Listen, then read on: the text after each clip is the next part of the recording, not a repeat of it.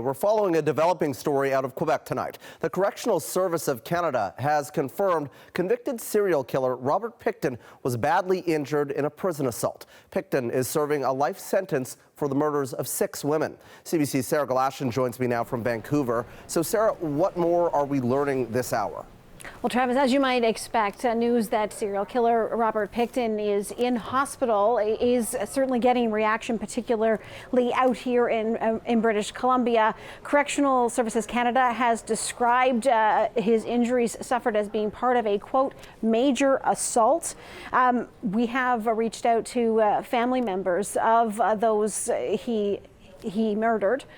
He was initially accused of many more than just the 6 that he was found guilty of. Georgina Papin was one of his victims that he was found guilty in her murder, and her sister Tammy spoke to us about her reaction to news that he is in hospital, and as 2 sources have told our colleagues at Radio Canada that he is somewhere right now between life and death. And here's what she said. A relief and just happy. To be honest, I jumped up and down. And I said, good for him. He deserved it. I don't wish any harm on anybody, but karma, I truly believe, Creator works in his ways. You can't be bad or mean to people and do stuff like that to people and think you can get away with it. What he did was it was notorious and unexplainable.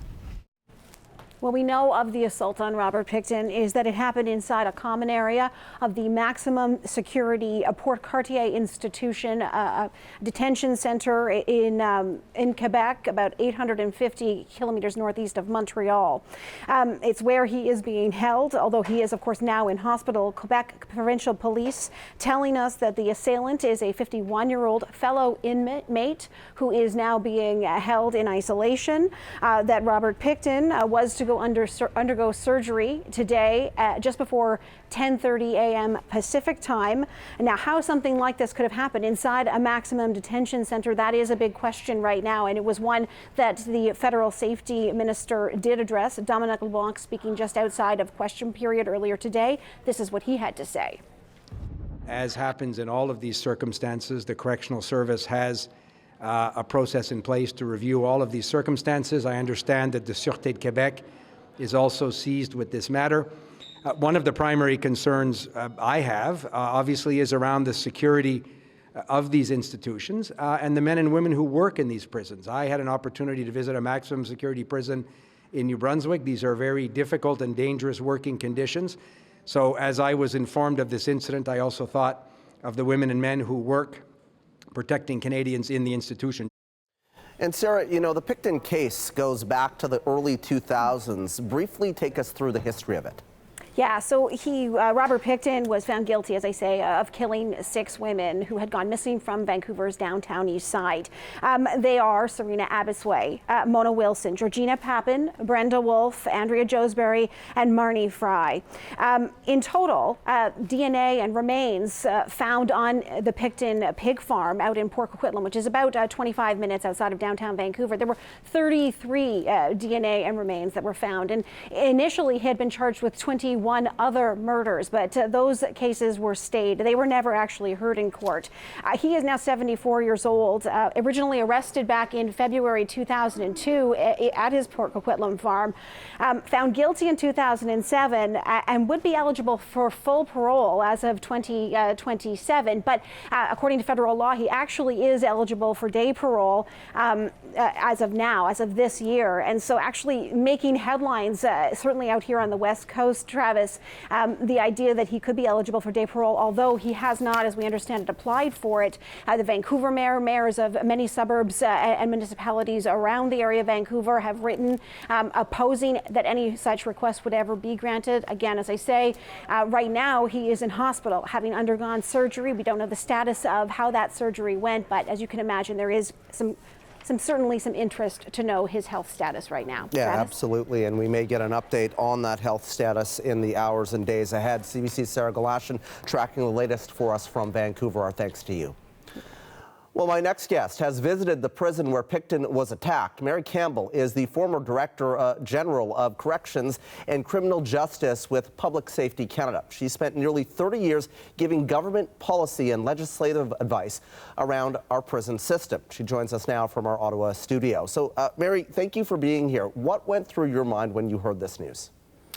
Well, I have to say my first question was it a deliberate targeted attack or was it a random attack? And I guess we'll find that out in due course. The second thought is, you know, our penitentiaries and our prisons are nasty places. Violence, unfortunately, is fairly common. The thing is, you put a bunch of people in a place where they don't want to be. Many of them have mental health problems, serious mental health problems. Drugs are pretty easily available, and there isn't enough for people to do all day. So when you kind of add all that up, tensions can arise very, very easily. People can start acting out or decide that, you know, someone else is a problem and they need to take some action. What safeguards would be in place typically for prisoners that are very high profile, like Pickton? Well, they're well known. So it's usually they are given some special attention because it's known that some of them are despised by the other inmates and therefore they're a potential victim by the other inmates. And so you have to be very conscious of that. This is a maximum security penitentiary. As I say, I've been to it. It is not, by any stretch of the imagination, luxurious, as an MP recently described another penitentiary in Quebec. Very Spartan conditions, and maximum security people are generally in their cells quite a big part of the day, but they do have to get out. They have to have a shower once in a while, food, go to programs, see a visitor. So there is the opportunity to be with other inmates. You know, the staff do heroic work, trying to stay on top of things, get the pulse of what's going on, and protect everyone, not just the high-profile people. It's a nasty place.